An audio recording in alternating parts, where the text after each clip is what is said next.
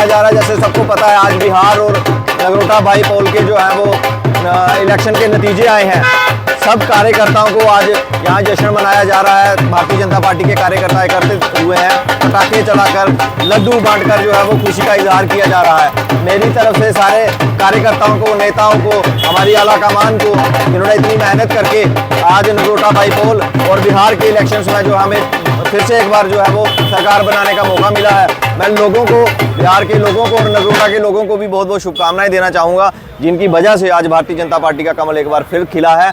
मेरी तरफ से मैं अपने कार्यकर्ताओं को और अपने नेताओं को मैं बहुत बहुत बधाई देना चाहूँगा। नगरोटा के लोगों ने सिद्ध कर दिया कि कमल के प्रति, भारतीय जनता पार्टी के प्रति लोगों का स्नेह आज भी बरकरार है, लोगों का प्रेम मोदी जी के प्रति आज भी बरकरार है। खास करके बिहार के लोगों ने 200 से ऊपर सीट जो है वो एनडीए की झोली में डालकर एक बार फिर भारतीय जनता पार्टी की, नरेंद्र मोदी जी की जो नेतृत्व है उसको एक बार फिर स्वीकार किया है। इसके साथ ही मैं एक बार फिर बधाई देते हुए बहुत बहुत धन्यवाद करना चाहूँगा।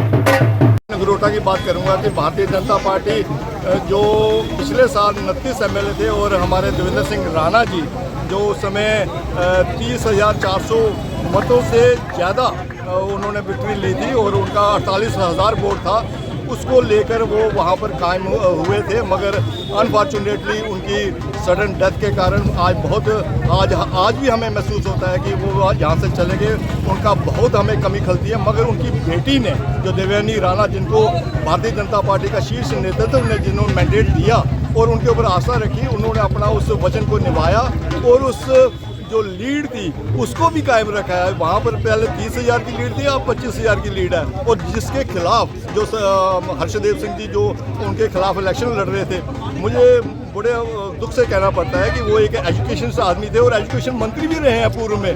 वो ऐसी लैंग्वेज का यूज़ करना और ऐसी अभद्र भाषा बोलना, मुझे लगता है कहीं ना कहीं उनको इस चीज़ की भी अब याद आएगा कि उन्होंने कैसे लैंग्वेज को यूज़ किया था। और भारतीय जनता पार्टी ने ये पहले ही माना था कि जो राणा साहब ने काम वहाँ पे किया हुआ था उसका रिजल्ट जो है वो अब आया। और भारतीय जनता पार्टी इस बात के लिए कायम है कि जो 29 एमएलए बने हैं वो भारतीय जनता पार्टी जम्मू कश्मीर में। और जो आप बडगाम की बात कर रहे हैं, बडगाम में आप मालूम है कि नेशनल कॉन्फ्रेंस का ये एक पुश्तैनी सीट थी उनकी, कभी आज तक नेशनल कॉन्फ्रेंस से बाहर सीट गई नहीं है, पहली बार। वो क्यों गई? क्योंकि उमर अब्दुल्ला साहब हर बार यही कह रहे थे, मुझे स्टेटहुड चाहिए, मुझे 35 से चाहिए, मुझे वापस चाहिए, सरकार हमें काम नहीं करने दे रहा है जी, ये नहीं। जो बहानेबाजी और जो बरगलाने की बात वो उमर अब्दुल्ला साहब कर रहे थे, उस बात को लेकर लोगों में रोष था। लोगों ने कहा कि जो मैनिफेस्टो में जो आपने चीज़ें वायदे पूरे किए और वायदे दिए थे वो वायदे पूरे करो।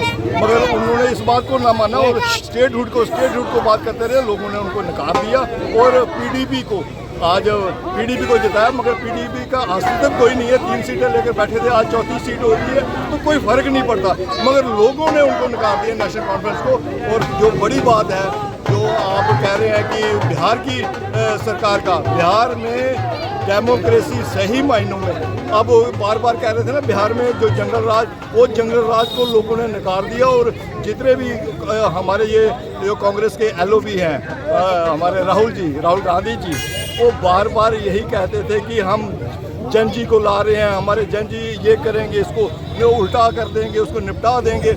मगर आज सभी लोगों ने इस चीज़ के लिए मोदी साहब के और नीतीश कुमार की उस गठबंधन को आशा रखते हुए लोगों ने भरपूर वोट दिया। चाहे वो महिलाएं हैं, महिलाओं का 10% वोट बढ़ा है वहाँ पर। और आप समझ सकते हैं कि 10% वोट बनना कितना उसका मायना रखता है। तो वो चीज़ें सब आगे आई हैं, जैसे यूथ है, चाहे वो जो लोगों ने कहा था कि हम हर घर में नौकरी देंगे, अब वो फार्मूले सब